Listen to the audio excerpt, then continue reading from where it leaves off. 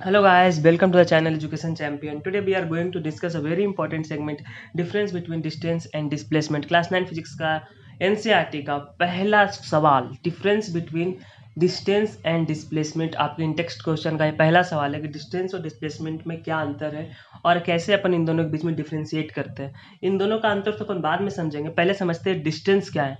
Okay, channel पे नए हैं सब्सक्राइब कर दे, बिना कुछ सोचे समझे सब्सक्राइब करें, आने वाले लेक्चर्स और मज़ेदार होने वाले हैं, so subscribe the channel. Okay, अपन सबसे पहले बात करते हैं डिस्टेंस की। डिस्टेंस की अगर बात करूं तो मान लीजिए कोई पॉइंट ए है और कोई पॉइंट बी है, तो ए से बी तक जाने में आप कोई पाथ यूज कर सकते हैं, कोई भी पाथ यूज कर सकते हैं। आप चाहे तो सीधे सीधे ए से बी पर आ गए, या एक ऐसा पाथ यूज किया अपन ने और फिर बी पे आ गए। ठीक है, कोई भी पाथ यूज कर सकते हैं, ये पाथ और ये पाथ, कोई भी पाथ अपन यूज कर सकते हैं। ठीक है, तो जो पाथ लेंथ है इसी को अपन डिस्टेंस बोलते हैं, पाथ लेंथ को डिस्टेंस बोलते हैं। ओके, पाथ लेंथ को डिस्टेंस बोलते हैं, हाँ पाथ लेंथ को डिस्टेंस बोलते हैं। तो ए से बी तक आने का एक तरीका ये है, तो आपका ये डिस्टेंस भी है, और जब इस तरीके से आप गए तो आपका ये भी आपका डिस्टेंस ही है। तो आप किस पाथ पे चल रहे हैं उस पर डिपेंड करता है डिस्टेंस। डिस्टेंस क्या है? पाथ डिपेंडेंट, पाथ पे डिपेंड करता है कि आप कौन से पाथ से जा रहे हैं। तो डिस्टेंस को समझने के लिए अपन को क्या समझ में आया कि डिस्टेंस पाथ डिपेंडेंट है, मतलब डिस्टेंस अपन कौन से रास्ते से जा रहे हैं ये समझना होता है। ए से बी तक जाने का एक और रास्ता है, ये वाला रास्ता। अपन ए से पहले यहाँ गए सी पर, और सी से फिर बी पर गए, तो हमारा जो डिस्टेंस होगा इन केस वन में हमारा जो डिस्टेंस होगा वो होगा ए बी। केस वन में हमारा जो डिस्टेंस होगा क्या होगा? A B. और केस टू में अगर मान लो ये पॉइंट हमारा सी है और ये पॉइंट हमारा सी डैश है, तो केस टू में हमारा जो डिस्टेंस होगा वो होगा ए सी बी, और केस थ्री में जो डिस्टेंस होगा वो होगा ए सी डैश बी। मतलब तीनों जगह डिस्टेंस अलग अलग है, डिस्टेंस अलग अलग है। वो डिपेंड कर रहा है कि आपने कौन सा पाथ लिया है, उसी पर अपन डिस्टेंस की बात कर रहे हैं। तो डिस्टेंस क्या है? पाथ पे डिपेंड कर रहा है। अच्छा, डिस्प्लेसमेंट क्या होता है? डिस्प्लेसमेंट, तो ये डिस्प्लेसमेंट को सिंपली मैं बोलूं तो displacement is the shortest distance.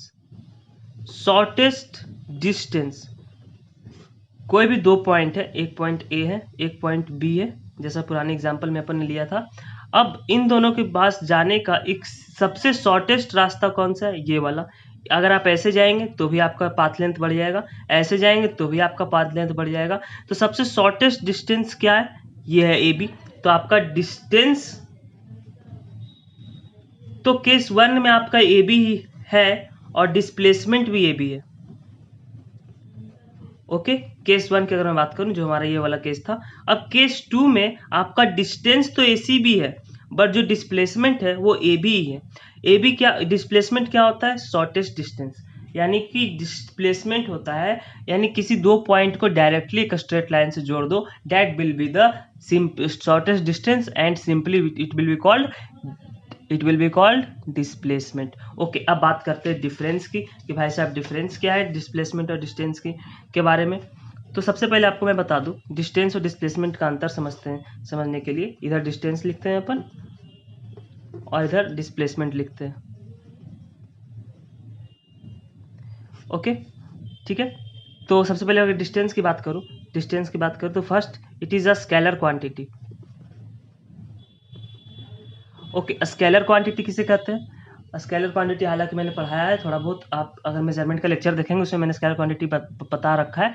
अगर आप मुझसे लाइव पढ़ना चाहते हैं तो मैं टीचमेंट ऐप पर आपको लाइव पढ़ाता हूँ। आप फिजिक्स 25 अगस्त से हमारे न्यू बैचेस भी शुरू हो रहे हैं फिजिक्स के लिए। अगर आप मुझसे वहाँ पढ़ना चाहें तो वहाँ भी पढ़ सकते हैं, कोई दिक्कत नहीं है। बाकी मैं यहाँ पर भी रेगुलर लेक्चर्स अपलोड करता रहूँगा।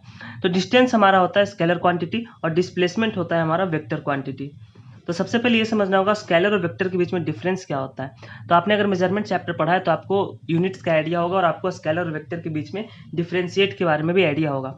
मैं थोड़ा सा आपको डिफरेंस बताता हूँ। स्केलर क्वांटिटीज वो फिजिकल क्वांटिटीज होते हैं, वो फिजिकल क्वांटिटीज जिनके पास ओनली मैग्नीट्यूड क्या होता है? केवल मैग्नीट्यूड होता है, डायरेक्शन नहीं होता। और वेक्टर क्या होते हैं? जिनके पास मैग्नीट्यूड होता है एज वेल एज उनके पास डायरेक्शन भी होता है। मतलब मैग्नीट्यूड है एज वेल एज डायरेक्शन भी होता है, मतलब क्या हो गया इसका कहने का? इसका कहने का सेंस ये है कि यदि आप किसी एक पॉइंट से, एग्जांपल मैं फिर से ले रहा हूँ वही वाला, बट थोड़ा सा अलग तरीके से। ये आपका घर है, मान लीजिए ये आपका हाउस है, यहाँ से आप निकले और ये आपका स्कूल है यहाँ पर। तो आप इस तरह से इस तरह गए, पहले आप इधर गए और फिर यहाँ पर गए। तो ये आपने जो किया आप कब कर पाए? आपको ही पता है कि ये जो यहाँ से यहाँ गए, यहाँ से इस पाथ पे ए पॉइंट था, ये बी था, हमारा ये सी स्कूल है। तो आप इस पाथ पे फॉलो करके स्कूल जा सकते थे, या डायरेक्ट स्ट्रेट लाइन को ऐसे ज्वाइन कर दे। ये पाथ भी अगर खुला हो तो आप इस लाइन से भी डायरेक्ट स्कूल जा सकते थे। तो ये वाला जो पाथ है इसको अपन डिस्प्लेसमेंट बोलेंगे। और ये पाथ अगर आपने फॉलो किया है तो भी डिस्प्लेसमेंट यही होगा, लेकिन डिस्टेंस दोनों केसेस में अलग अलग होगा। पहले केस में डिस्टेंस क्या होगा? ए बी सी, ठीक है। तो डिस्प्लेसमेंट क्या है? डिस्प्लेसमेंट वो वेक्टर क्वांटिटी, यानी इसका इसमें डायरेक्शन का लेना देना है। डायरेक्शन का लेना देना कैसे है डिस्प्लेसमेंट में? आप हमेशा इनिशियल पॉइंट को, जो भी हमारा इनिशियल पॉइंट होगा और जो भी हमारा फाइनल पॉइंट होगा, उसको एक स्ट्रेट लाइन से जोड़ेंगे, एक डायरेक्शन बनाएंगे और फिर उन दोनों के बीच की जो दूरी होगी वो शॉर्टेस्ट दूरी होगी और फिर अपन उसको डिस्प्लेसमेंट बोल पाएंगे।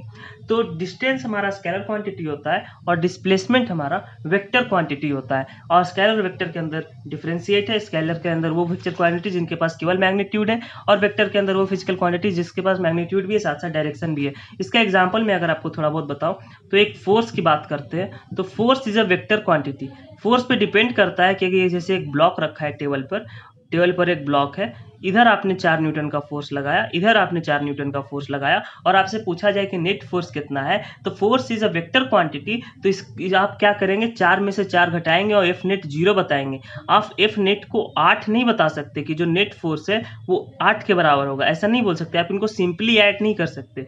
तो जो स्केलर क्वांटिटीज होते हैं उनको आप सिंपली ऐड कर सकते हैं, यानी आपने कितना डिस्टेंस ट्रेवल किया 2 पॉइंट के बीच में आप डायरेक्ट ऐड कर सकते हैं, क्योंकि वो स्केलर क्वांटिटी। लेकिन वेक्टर क्वांटिटी को आप डायरेक्टली ऐड नहीं कर सकते, उसके लिए आपको रिक्वायरमेंट होती है एक स्पेशल मेथड की, और वो मेथड होता है आपका एडिशन ऑफ वेक्टर्स का अलग रूल्स होता है। और उन सारे रूल्स के बारे में बात अपन करते हैं चैप्टर नंबर 1 फिजिकल क्वांटिटीज या मेजरमेंट नामक चैप्टर के अंदर अपन उसकी बात कर रहे होते हैं, जो कुछ दिन में ही मेरे बैचेस स्टार्ट होने वाले हैं और वो चल भी रहे हैं टीचमेंट पर।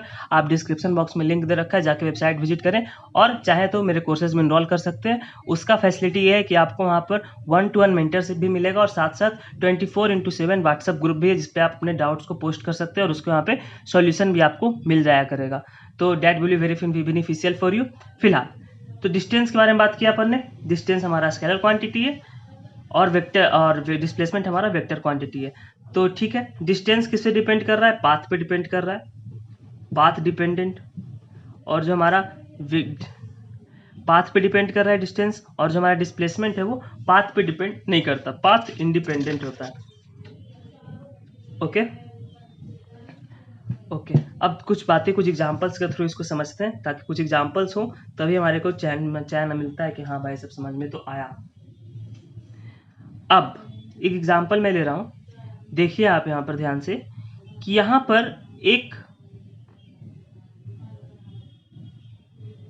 फंडामेंटल्स यहाँ पे कुछ बना हुआ है, ठीक है, जिसके अंदर आप रहते हैं, इट इज़ योर होम।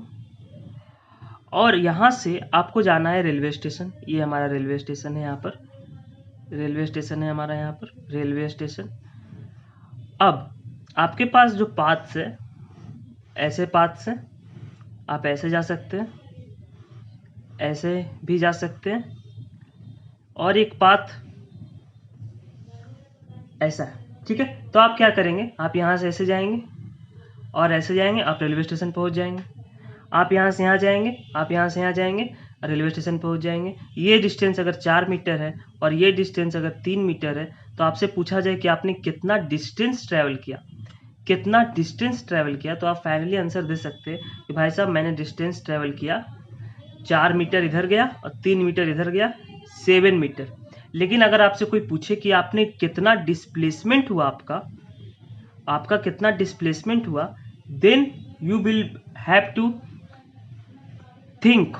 क्या थिंक करेंगे आप क्या करेंगे, होम को और रेलवे स्टेशन का जो पॉइंट था, इनिशियल पॉइंट और फाइनल पॉइंट को दोनों को एक लाइन से ज्वाइन करेंगे। It is our displacement vector, ये हमारा डिस्प्लेसमेंट है। और ये कैसे निकाल सकते हैं, by Pythagoras theorem. It is 90 degree perpendicular था, तो ये 3 मीटर, ये 4 metre, it will be 5 metre. By Pythagoras theorem आप जानते हैं, पाइथागोरस थ्योरम से आप निकाल सकते हैं, ये आपका 5 मीटर आ जाएगा। तो डिस्प्लेसमेंट हमारा 5 मीटर आया। डिस्प्लेसमेंट क्या है? Displacement is the shortest distance. ध्यान से अपन को इस बात को ध्यान से रखना है। ओके जी, चलिए इन सारी बातों को समझ में आया, डिस्टेंस समझ में आया, डिस्प्लेसमेंट समझ में आया। तो इस डिस्टेंस और डिस्प्लेसमेंट समझने के बाद आपके सामने जो बहुत मेजर इशू आ जाते हैं इसके बाद कि क्या डिस्प्लेसमेंट जीरो हो सकता है? एक बहुत इंपॉर्टेंट सवाल आता है, क्या डिस्प्लेसमेंट जीरो हो सकता है? हो सकता है ना, अगर इनिशियल पॉइंट और फाइनल पॉइंट दोनों अगर सेम हो तो हो सकता है। जैसे आप स्कूल से निकलें, ठीक है, टिफिन आपका लंच ब्रेक हुआ, आप स्कूल से निकलें, रोड गए, मार्केट गए, घूमे फिरे और अंतिम में आकर स्कूल पे ही पहुंच गए। 15 मिनट का ब्रेक था, अब वापस स्कूल आ गए, आपसे कोई पूछे आपका डिस्प्लेसमेंट कितना हुआ, तो आप कहेंगे जीरो, मैं तो स्कूल से शुरू हुआ था, स्कूल पे पहुंच गया। लेकिन अगर डिस्टेंस पूछ दे तो आपको एक एक पाथ जोड़ना पड़ेगा, आपको जोड़ना पड़ेगा, ये कितना मीटर, ये कितना मीटर, ये कितना मीटर, ये कितना मीटर, ये कितना मीटर, ये कितना मीटर, और फिर सबको जोड़कर डिस्टेंस निकालेंगे आप। तो डिस्टेंस क्या है? Path dependent. डिस्प्लेसमेंट क्या है? Path independent. डिस्प्लेसमेंट जीरो हो सकता है, yes, displacement can be zero, there is no issue in that. Okay, चलिए आज के लिए इतना ही। डिस्टेंस और डिस्प्लेसमेंट के बीच का अंतर आपको समझ में आ गया होगा। क्लास 9th के आप बच्चे हैं तो आपको बहुत अच्छे से क्लियर हो गया होगा। और जैसा मैंने कहा, मेरा जो लाइव कोर्सेस है, अगर आप मुझसे लाइव पढ़ना चाहते हैं तो मेरे लाइव कोर्सेस मेरे चल रहे हैं टीच मी टैब पर। आप वहाँ जाएं और वहाँ जाकर मेरे कोर्सेज में इनरोल करें। और अभी ऑफ़र चल रहा है तो आपको 100 रुपीज़ पर मंथ का है, इससे सस्ता क्या ही होगा। 100 रुपीज़ पर मंथ में आप मुझसे पढ़ सकते हो, वो भी लाइव। इसके अंदर फैसिलिटीज़ आपको क्या क्या मिलेंगी? पहली फैसिलिटी तो सबसे 24/7 व्हाट्सएप ग्रुप है, जिसमें आपके कोई भी डाउट्स हो, आपके सारे डाउट्स को सॉल्व किया जाएगा। और ये बहुत जल्दी एक नया कोर्स क्लास 9th का आने वाला है 25 अगस्त के आसपास, उसमें इनरोल कर ले। आपका पूरा फिजिक्स फेब मार्च के अंत तक खत्म हो जाएगा। और क्लास 9th का फिजिक्स खत्म होने के बाद आप बहुत रिलैक्स फील करेंगे, क्योंकि क्लास 9th का फिजिक्स बहुत ज़्यादा टेंशन क्रिएट करता है और आपका बेसिक भी फॉर्म करता है। तो अगर बेसिक्स क्लियर होते हैं क्लास 9th के फिजिक्स में, तभी आप आगे कुछ अच्छा कर सकते हैं। लेकिन अगर ऑलरेडी आप किसी कोर्स में इनरोल्ड हैं और कहीं पढ़ रहे हैं, अच्छे से पढ़ रहे हैं फिजिक्स को, तो कोई ज़रूरत नहीं इस कोर्स को ज्वाइन करने की। लेकिन अगर आपको नीड है कि हाँ, मैं 100 रुपये पर मंथ देकर कुछ सीख सकता हूँ, कुछ जान सकता हूँ, फिजिक्स को डेवलप कर सकता हूँ, अगर करना चाहते हो फिजिक्स से प्यार, तो आ जाओ मेरे पास यार, करेंगे अपन फिजिक्स से मिलकर प्यार। चलिए बाय।